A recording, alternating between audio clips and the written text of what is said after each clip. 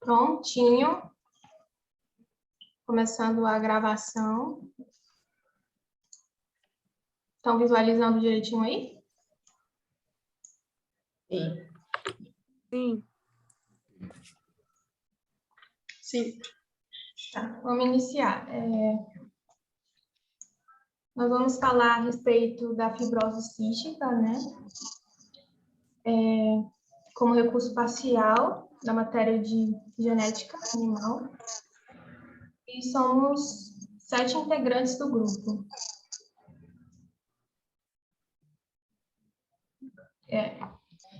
Começando pela introdução, né, o conceito do que seria a fibrose cística.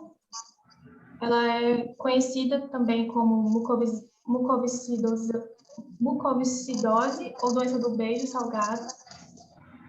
Ela é uma doença geneticamente hereditária, né, que vai acometer vários órgãos do corpo ali, especialmente a parte do pâncreas, dos pulmões, e ela vai ser muito comum na parte da infância, né. Esses pacientes, eles vão ter 2 genes alterados, vai dar do pai, outro da mãe. A doença não vai ter cura, mas um tratamento específico da doença. Um diagnóstico ali precoce, né, para ajudar a tratá-lo, para melhorar, né, a qualidade de vida desse paciente. O seu diagnóstico, ele vai ser sugerido, né, nas características clínicas ali da doença pulmonar, né, obstrutiva crônica, colonização pulmonar persistente, ileomecolial, insuficiência pancreática, com prejuízo do desenvolvimento ou história familiar da doença. O diagnóstico, ele é feito ali em relação à concentração do cloro, né, do suor, que ele maior ou igual a 60 equivalente por litro. Também tem o teste do pezinho também, que faz muitas vezes para poder saber, e também esse daí que é pelo suor, né?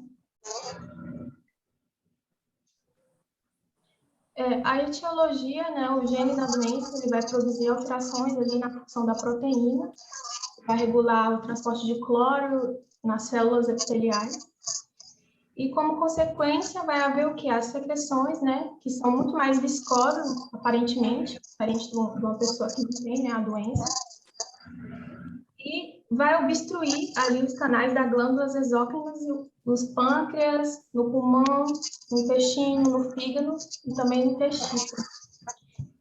E, além disso, as glândulas sudoríparas, elas não vão absorver normalmente, que deveria absorver, né, o sódio e o cloro, no caso, e vai produzir um suor muito mais salgado, né, do que o normal, que é bem caracterizado pela doença. E aqui abaixo tá a respeito à foto, né, da fibrose cística. Acima, o muco bloqueia a via e a mucosa pegajosa bloqueia o ducto, né, pancreático e biliar, acontecendo essa doença. A respeito dos marcos históricos, né,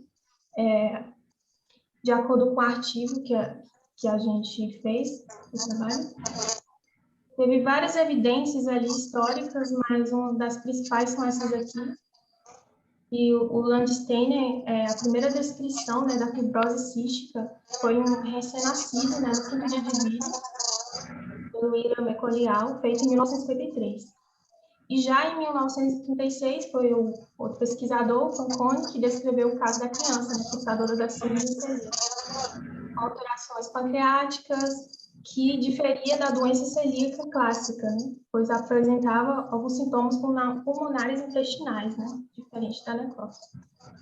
E contrárias bronquiectasias e fibrose cística do pâncreas. E, por último, 2 anos depois, foi o Anderson, ele escreveu uma publicação magistral, né, já falando a respeito da doença, com aspectos mais profundos, né, a respeito da doença. E hoje é de forma indispensável, né, todos que estudam a fibrose cística. Então, não só ele, mas como outros estudiosos também fizeram parte, né, da história do estudo da doença.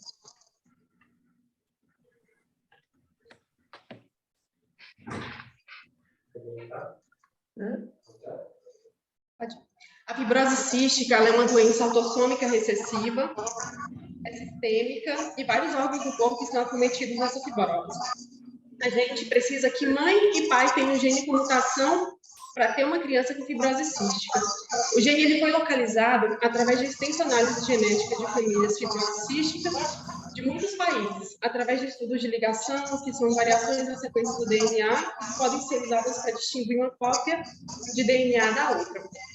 Com o gene delimitado por 2 marcadores, geneticistas, em 1989, utilizando técnicas de clonagem posicional e salto cromossômico, isolaram e mapearam o gene fibrose cística no braço longo do cromossomo 7q. O gene FC é bem grande e ele codifica um RNA mensageiro transcrito. Esse RNA ele é transcrito em uma proteína denominada CFTR, que é regulador de condutância transmembrana da fibrose cística.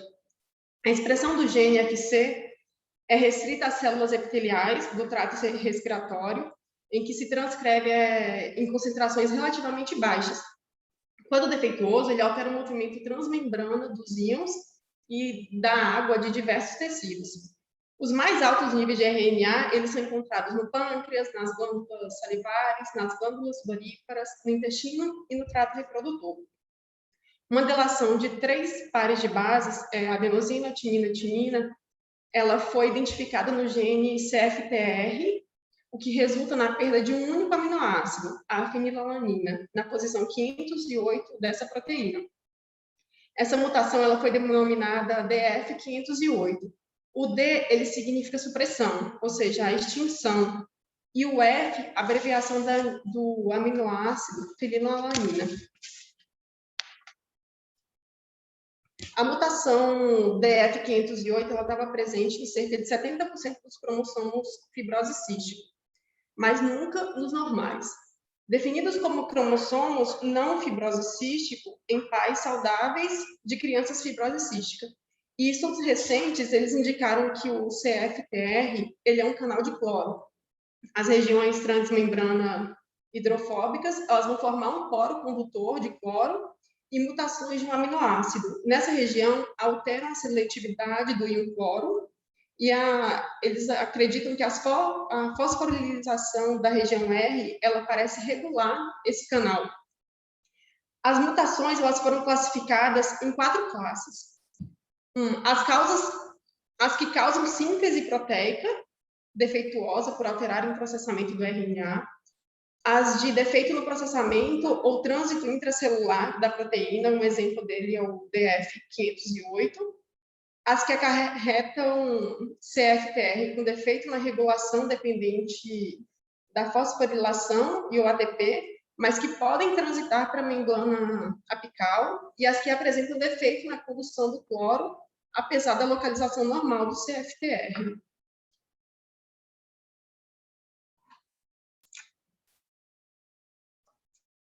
Em fisiopatogenia, a princípio ocorre pela retenção de água e de sódio e, posteriormente, o aumento primário do volume intravascular e escape de líquido para a cavidade peritoneal pela superfície hepática. No caso, o fígado passa a dilatar essas veias e, através disso, começa um escape desse líquido que acaba dilatando e complicando essa transição do sangue. O aumento da resistência do fluxo através do fígado também na pressão, com todas as vezes que confluem, o portal hepático, e às vezes se tornam dilatadas, levando ao extravasamento de um líquido filtrado no sangue, que é o escape dos vasos. Ocasionando posteriormente cirrose, hipoalbumina, desnutrição, falência na produção de albumina, exclusivamente ocorre no fígado, e a diminuição na pressão córtica nos vasos do extravasamento no plasma. Basicamente, a fisiopatogenia é isso, a parte explicativa é um pouco pequena mesmo, e eu se encerro assim.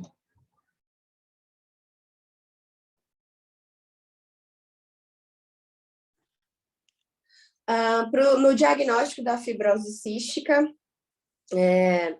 Ele deve ser feito o mais cedo possível, né, já que é uma doença que se manifesta em recém-nascidos, e na maioria dos casos, né, é altamente sugerido pela presença de uma ou mais manifestações clínicas, conforme mostra a tabela 1 na imagem aí. Das manifestações clínicas mais comuns, né, como sintomas respiratórios agudos, desnutrição, fezes anormais, obstrução intestinal, histórico familiar, e aí para as manifestações clínicas que são menos comuns. Passa, por favor.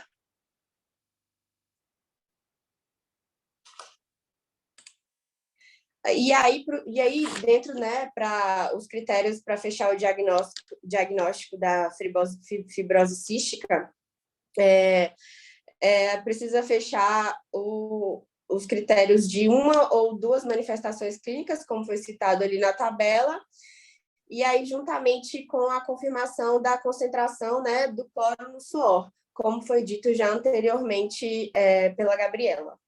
Pode passar para o próximo integrante do grupo.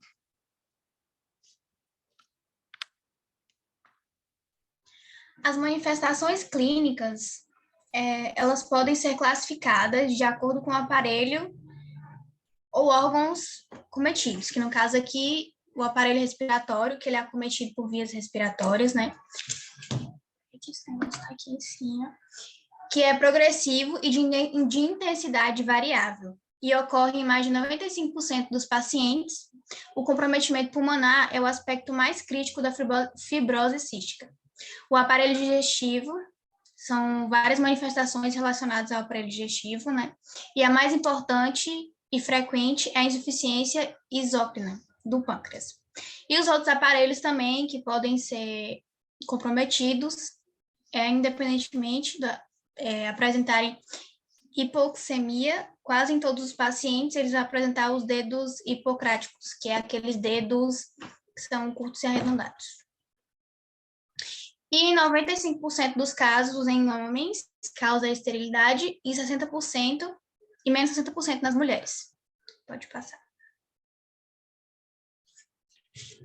Então, alguns sinais e sintomas da fibrose cística é o íleon meconial, a icterícia neonatal, a diarreia crônica, a tosse crônica, a desnutrição e crescimento deficiente, o suor salgado, a desidratação frequente, a esteatoreia, que é as fezes gordurosas. As infecções pulmonares são frequentes, né, como a pneumonia, a bronquite, o chiado no peito ou falta de fôlego. E vai ter também o surgimento dos pólipos nasais, que são os tumores benignos que revestem a cavidade nasal. Nós vamos ter também o baquetamento digital, que é o alongamento e arredondamento dos dedos nas pontas. Pode passar. E as manifestações, elas podem ser típicas, que foram as primeiras que eu citei, e nós temos as atípicas e raras. As atípicas, vai ser a doença pulmonar crônica, porém com insuficiência pancreática, e o paciente ele pode ser assintomático ou monossintomático, apresentando apenas um sintoma. E nos casos raros, nós vamos ter a cirrose hepática, a doença celíaca, doença de Crohn, acho que é assim, vamos ver, creatite crônica e diabetes mellitus. Passar.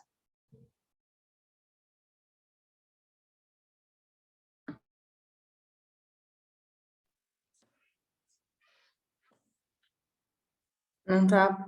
Oi, oi. Não tá aparecendo para mim? Eu tô aparecendo aí? Tá, você tá. Tá aparecendo. Certo. É porque para mim não apareceu. Eu vou falar sobre o tratamento e o prognóstico da fibrose cística, né? Como a fibrose cística é uma doença multissistêmica, o paciente ele precisa de um tratamento em centro especializado, com várias especialidades, né?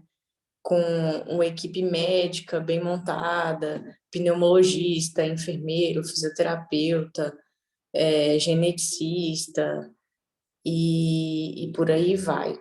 E o principal objetivo do tratamento da fibrose cística é o aumento da sobrevida, né? Porque é uma doença lá diagnosticada quando o paciente é bebê, né?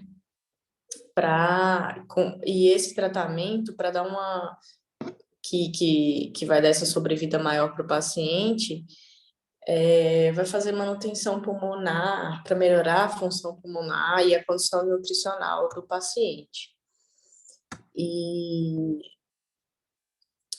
diante disso, é necessário manter os pulmões livres de excesso de secreções, né, infecções, e quando há manifestação clínica de problemas digestivos, né, problemas de insuficiência do pâncreas, precisa tomar enzima digestiva e receber uma dieta hipercalórica acompanhada de nutricionista, né? Apesar da gravidade da fibrose cística, o tratamento tem evoluído consideravelmente nos últimos anos. Há 30 anos atrás, a expectativa de vida de um paciente com fibrose cística não ultrapassava 15 anos de idade. Já hoje, ele tem uma expectativa de vida bem maior, já cerca de 40 anos de idade.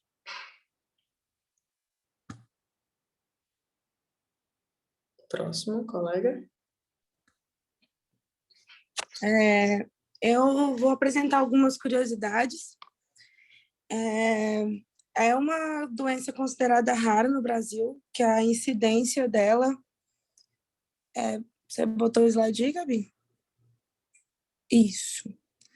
A incidência média dela no Brasil é de 1 pessoa para 10 mil. Como já foi citado também, é uma doença que só acontece se os 2 pais tiverem o gene recessivo. Tem o Dia Nacional da Conscientização da Divulgação da Fibrose Cística, que é celebrado no dia 5/9. Ele tem como objetivo esclarecer as condições da doença e principalmente enfatizar que a doença não é transmissível. As pessoas normalmente confundem isso, mas não é. Tem uns estudos que mostram que ocorre principalmente em pessoas brancas.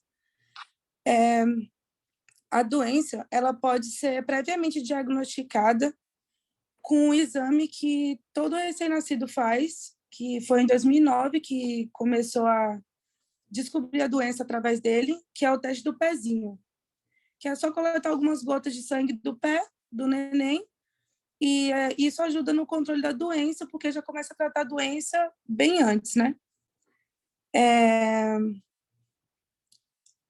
Como o nosso amigo também disse, o acompanhamento é multidisciplinar.